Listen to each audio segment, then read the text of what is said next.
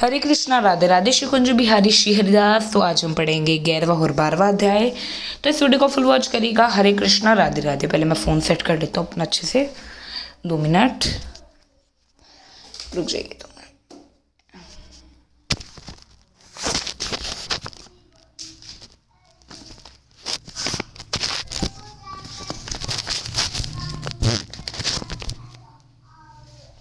तो मैंने कर लिया है फ़ोन सेट। अब हम पढ़ेंगे 11वां अध्याय। एक एक समय नारद जी व्यास जी से पूछने लगे कि हे व्यास जी, गुरु तथाश्रम सब आश्रमों से उत्तम क्यों माना गया है। तब व्यास जी कहा जैसे सब नदियों समुद्र के आश्रम पाती हैं और सब जीत माता का आश्रम पाकर ही जीवित रहते हैं। 6 प्रकार के, एक भिक्षुक, 2 ब्रह्मचारी, तीसरा सन्यासी, चौथा विद्यार्थी, 5वां गुरु पूजक और 6वां यात्री तथा जीविका रहित से सब गृहस्थों का ही आश्रम पाते हैं। फिर व्यास जी बोले, हे नारद, अब तब अति पुण्य देने वाला एक पुरातन इतिहास सुनो। उत्तानपाद राजा का पुत्र उत्तम था, जो बड़ा बलवान और मदिरा पीने वाला था। उसने बहुला नाम वाली स्त्री के साथ विवाह किया और राजा रानी दोनों ही अति प्रेम के साथ रहने लगे। एक समय राजा ने वैश्याका का नृत्य देखते हुए मदिरा पान किया और रानी को भी मदिरा पान के लिए कहा, परंतु रानी ने उसका कहना नहीं माना। इस पर राजा ने क्रोधित होकर अपने अनुचरों को आज्ञा दी कि वह रानी को किसी निर्जन वन में छोड़ आए। तत्पश्चात राजा रानी के वियोग में दुखी तो हुआ, मगर उसने दूसरा विवाह नहीं किया और प्रजा की पुत्र के समान पालन करने लगा। एक दिन एक ब्राह्मण राजा के पास आकर कहने लगा कि हे राजन, कोई मेरी स्त्री का अपहरण करके ले गया है। उसके वियोग में ही अति दुखित हूँ, इसलिए तुम उसे ढूंढ कर लाओ। राजा कहने लगे कि महाराज, मैं नहीं जानता कि आपकी स्त्री कौन, किधर और कहाँ ले गया है। मैंने तुम्हारी स्त्री को कभी तक नहीं कि वैसे कैसे स्वभाव और रूप वाली है। तब ब्राह्मण बोला कि वह विज्ञापी, कठोर वचन बोलने वाली, कुरापी, काले रंग की तथा कर्कश स्वभाव वाली है, परंतु मैं उसकी कोई निंदा नहीं करता, क्योंकि वह मेरी पत्नी अर्थात अंदरगिनी है। तब राजा कहने लगे कि जब तुम्हारी स्त्री ऐसी कृपा और कुर स्वभाव वाली है तो तुम उसे लेकर क्या करोगे। मैं अति सुंदर और कल्याणकारी दूसरी स्त्री लाकर दे सकता हूँ। ब्राह्मण कहने लगा कि राजन, मेरी स्त्री मेरे धर्म और कर्म के अंतर्ग्रामी है। उसकी रक्षा करने मेरा परम धर्म है। जो अपनी स्त्री की रक्षा नहीं करता उसका कल्याण नहीं होता। जो मनुष्य शत्रुकाल में पश्चात अपनी स्त्री से भोग नहीं करता उसके पितर एक मास तक उसके रुद्रिक में तैयार करते हैं। ब्राह्मण के ऐसा वचन सुनकर राजा अपने शस्त्र लेकर रथ पर सवार हुआ और चारों ओर घूम फिर और उस स्त्री को खोजने लगा।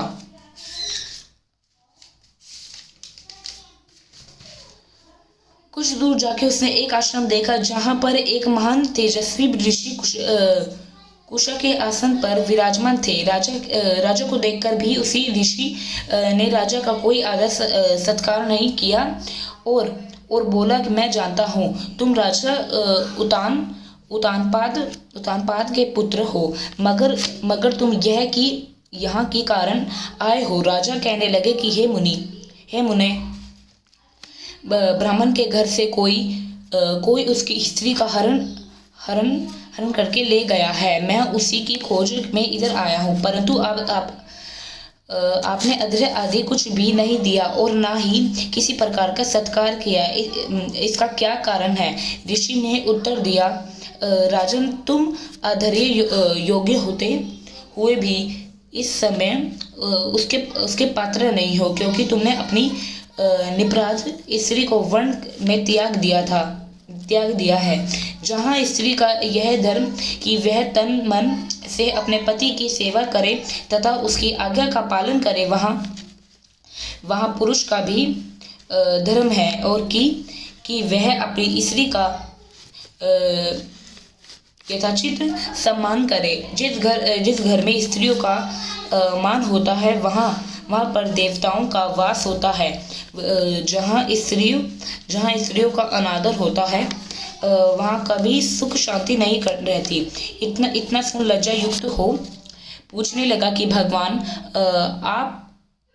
आप भूत, भविष्य और वर्तमान तीनों काल में जानने वाले हैं, इसलिए कृपा करके बताइए कि ब्राह्मण की स्त्री को कौन और कहाँ हर ले गया है। ऋषि कहने लगे कि राजन, अदिति का पुत्र बलाक नामक राक्षस उस ब्राह्मणी को उत्पातवर्त वन में हरण कर ले गया है। सो जाओ और उसको ढूंढकर ब्राह्मण का सहयोग कराओ। राजा ने मुनि को प्रणाम किया और मार्ग पर जाकर उपतलार्व वन में जा पहुंचा।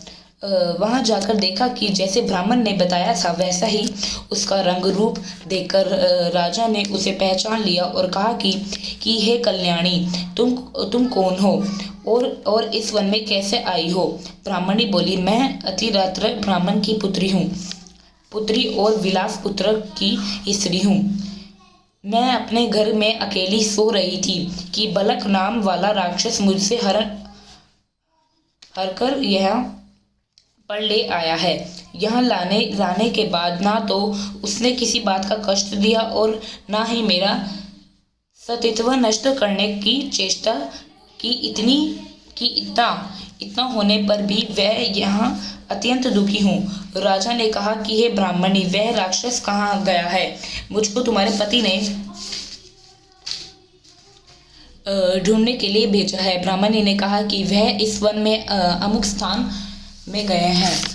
तब राजा ने ब्राह्मणी ने बताया हुए स्थान पर जाकर राजा को देखा। राजा को देखकर वह राक्षस उसके पैरों पर गिर पड़ा और कहने लगा कि हे राजन, मुझे क्या आज्ञा है? राजा ने कहा कि हे निश्चार, तुम इस ब्राह्मणी को क्यों लाया है?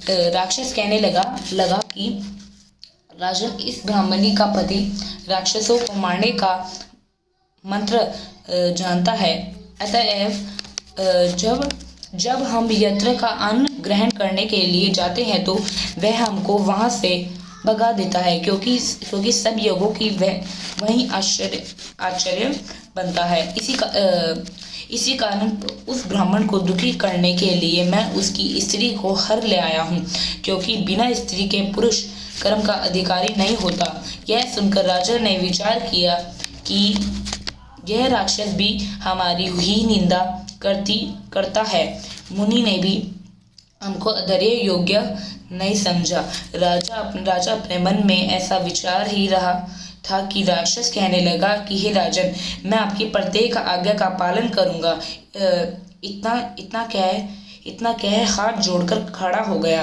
राजा ने कहा कि हे निश्चार, तुम इस ब्राह्मणी को इसके घर छोड़ आओ और जब हम याद करें तब हमारे पास आ जाना। राजा की आज्ञा पाते ही वह राक्षस अब उस ब्राह्मणी को उसके घर छोड़ने चला गया। तब राजा सोचने लगा कि मैंने अपनी निर्दोष स्त्री को घर से निकाल दिया, अब ऐसा कौन सा पुण्य कर्म करूं जिससे यह पाप दूर हो। तब राजा पुनः उन्हीं मुनि के पास गए और उनसे अपना कर्तव्य पूछा। मुनि ने कहा कि हे राजन, तुम्हारी स्त्री को शतापात नाम के नाग ने वन में घूमते हुए देखा और वह उसको पाताल लोक में ले गया। उस नाम का नंदा नाम वाली एक कन्या है। उसने अपने घर में उसको छिपा रखा है। यह सुन राजा वहां से अपने घर आया और ब्राह्मण को स्त्री सहित अपने घर में देखकर बहुत प्रसन्न हुआ। तत्पश्चात राजा ने बालक नामक राक्षस को याद किया तो वह तुरंत हो राजा के पास आकर उपस्थित हो गया। बालक को देख राजा ने उसे पाताल लोक से अपनी स्त्री को लाने का आदेश दिया। उसके बाद वह राक्षस पाताल लोक गया और वहां से राजा को स्त्री लाकर उसके सौंप दी। तत्पश्चात राजा रानी बड़े प्रेम से रहने लगे। तो यहीं पर हमारा 11वां अध्याय खत्म होता है। तो चलिए अब हम 12वां अध्याय पढ़ते हैं। यह कथा सुनकर राजा पृथ्वी कहने लगे कि हे नारद जी, आपने कार्तिक मातम का बड़ा उत्तम फल कहा। अब कृपा करके तुलसी का मातम भी कीजिए। यह सुनकर नारद जी कहने लगे कि हे राजा पृथ्वी, प्राचीन काल में सह्याद्रि क्षेत्र की कवरीपुर में धर्मदंत नाम वाला का एक ब्राह्मण था। वह बड़ा ब्राह्मण यानी धर्मात्मा तथा ओ नमो भगवती वासुदेवाय इस मंत्र का जप करने वाला तथा अप्रतिथ सेवक था। एक दिन वह ब्राह्मण पूजा की सामग्री लेकर एक पहर रात्रि रहने पर भगवान के मंदिर में को जा रहा था।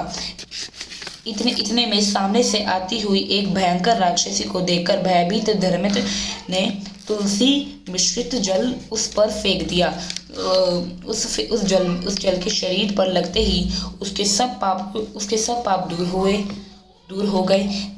वह हाथ जोड़कर धर्मग्रंथ के पैरों पर गिर पड़ी। तब धर्मग्रंथ कहने लगा कि तुम कौन हो और कि पाप के कारण तुम्हारी यह दशा हुई, यह मुझसे कहो।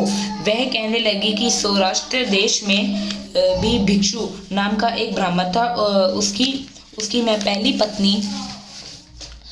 पत्नी थी और कला मेरा नाम था। मैं ना तो कभी अपने पति के मीठे वचन बोलती और ना ही उसको खाने के लिए अच्छे फल व भोजन देती थी। वे यह देखकर जब मेरे पति ने दूसरे विवाह का निश्चित किया तो क्रोध में आकर मैंने विष खाकर अपना शरीर त्याग दिया।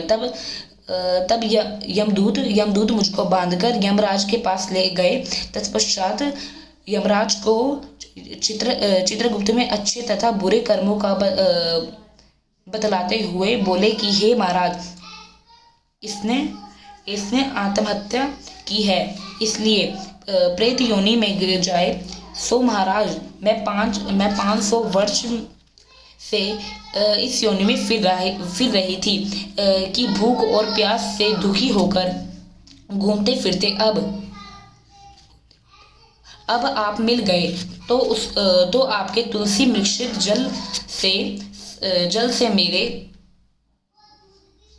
मेरे जब पाप नष्ट हो गए। तब धर्मदंत कहने लगा कि तुमको देखकर मैं अति दुखित हुआ कि तीर्थ व्रत दान यह कार्य प्रेत योनि में नहीं हो सकते। तुम्हारे पाप अधिक और पुण्य बहुत कम है। हमने सारी आयु में जितना कार्तिक व्रत किया है उसमें से आधा पुण्य तुमको दिया, जिससे तुम उत्तम गति को प्राप्त हो जाओ। तब ब्राह्मण जी ने जो हुई तुलसी मिश्रित जल में उसका अभिषेक किया और ओम नमः भगवते वासुदेवाय नमः का मंत्र पढ़ा। वह कला प्रेत योनि से मुक्त होकर अग्नि के समान दिव्य देह धारण करके लक्ष्मी के समान रूपी हो गई। तत्पश्चात उसने ब्राह्मण को नमस्कार किया और बड़ी प्रसन्नता पूर्वक बोली, भगवान पाप रूपी समुद्र में डूबती हुई मुझको आपने नौका रूप होकर बचा लिया है। उसी समय भगवान विष्णु के दूत पुण्यशील तथा सुशील वहां आ गए और उसको विमान में बिठाकर बैकुंठ को ले जाते हुए धर्मदंत से बोले हैं, हे ब्राह्मण, तुम धन्य हो जो सदैव भगवान की भक्ति में लगे रहते हो। तुम्हारे कार्तिक के आधे पुण्य को प्रताप से ही इसको मुक्ति प्राप्त हुई है। हे वृप्य, कालांतर में तुम भी राजा राजा के कुल में उत्पन्न होकर बैकुंठ को प्राप्त होगे। तो यहीं पर हमारा 12वां अध्याय और 11वां अध्याय समाप्त होता है। श्रीपत नारायण नारायण हरि हरि।